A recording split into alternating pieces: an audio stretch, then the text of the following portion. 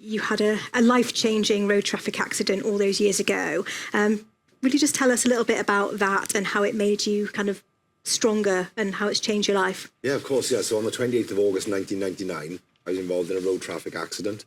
I was pronounced dead on the side of the road initially. So I didn't die, so I'm not a ghost, everyone, so I am here.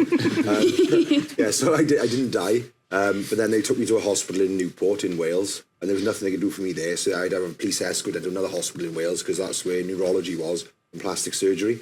And then my family were told that I wouldn't make the trip from the one hospital to the other hospital, so it was about a 40-minute ambulance ride, I think, so yeah, I did make it, obviously, and so I went to the hospital in Swansea, and the first operation I had was to remove all the bone from my brain because I sustained very serious head injuries. Because I was thrown out the side of the car. I was driving, and I went out the side window, and my head and my arm was dragged along the floor for a couple of 100 yards, and then the car landed on top of me. So when the emergency services got to the car, they had to lift the car off to get underneath the car to get to me. Yeah, so I sustained really bad head injuries. I was in a coma then for 4 weeks, and my family were called in on numerous occasions to say that I wouldn't make it through the night. And then when I did start recovering, they said from the CT, from the scans, they could see severe brain damage because there's a lot of shadowing on the brain. They said if I woke up, there's a chance I'm not going to be able to recognise anyone, walk, talk, use my arms and legs ever again. So prepare for the worst, really. So the parents' worst nightmare, I suppose, being told your son or your daughter's dead, first of all. But then, so I woke out of my coma, and I remembered who people were, luckily, but they told me I'd never walk ever again. So if you spoke to my mother now, she said it was embarrassing. You're lying in the bed with all tubes coming out to you, and you're arguing with the surgeon. He's saying, trying to tell you you're not going to walk again, and you're saying to him, I will walk out of this hospital. And he said, Andrew, you won't. I said, guarantee you'll walk out of the hospital. I'm arguing with this guy, and his mother says, embarrassing. And I did. I learned to walk again in 2 weeks. It took me 2 weeks to learn to walk again. I found self-belief and determination, and yes, my whole theme through my whole talk and my life is believing in yourself. And yeah, I learned to walk again, and there was people around me in hospital who died, who just gave up on life. Their injuries weren't as bad as mine. It was not a competition, but they weren't that bad, but they just gave up. There was about 5 or 6 people around me who died. And yeah, and I just I wasn't ready. I was 21 years of age. And what have I done in my life up until that point? Nothing, really. So I had so much more to give, and I was determined. So I'd pull myself out of bed every night.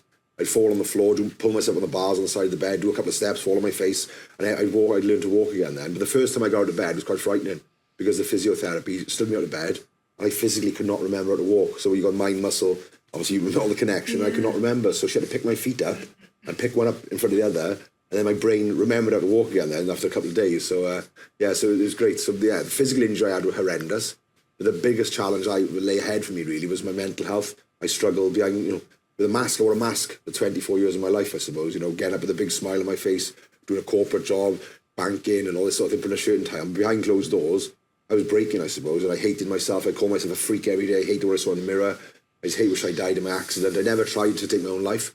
But yeah, I thought it was dark days, a lot of dark days. And yeah, I hated what I saw in the mirror. I say it was a real tough challenge, and nobody really knew about it until last year. I started talking about it for the first time, 24 years after my accident.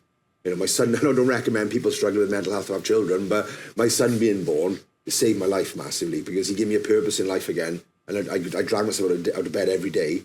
I want to be a good role model, like my dad was to me. I want to be a good role model for my son. And we're so close now, and I'm so proud of this boy. He's an amazing kid.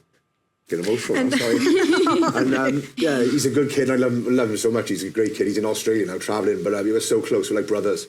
We were so close together, and he saved me. Like, I dragged myself out of bed, taking me rugby, taking me to football, and be a good role model for my dad, for my son. And I guess I want to just maybe help us to understand, at what point, because you were young when this happened, at what point did you realise that, you had maybe some mental health kind of issues, or that you needed some support with? How quickly did you realise that? You said you were, crying at night and kind of hiding behind a mask. At what point did you realise that wasn't as it should be, or did it just kind of go on for years, thinking that actually this is normal? It went on for 20 years. Yeah. So yeah, I'm from a family. My parents are amazing people. When I talk about it, it makes them sound like they're terrible. They're not. They're amazing, loving people. But the generation they're from, man up, stiff upper lip. You're a man. I got 3 brothers, 2 older, 1 younger. I'm the smallest. I got 1 brother's 6'5", 1 is 6'4", 1 is 6'2". We're all rugby boys, doormen, security.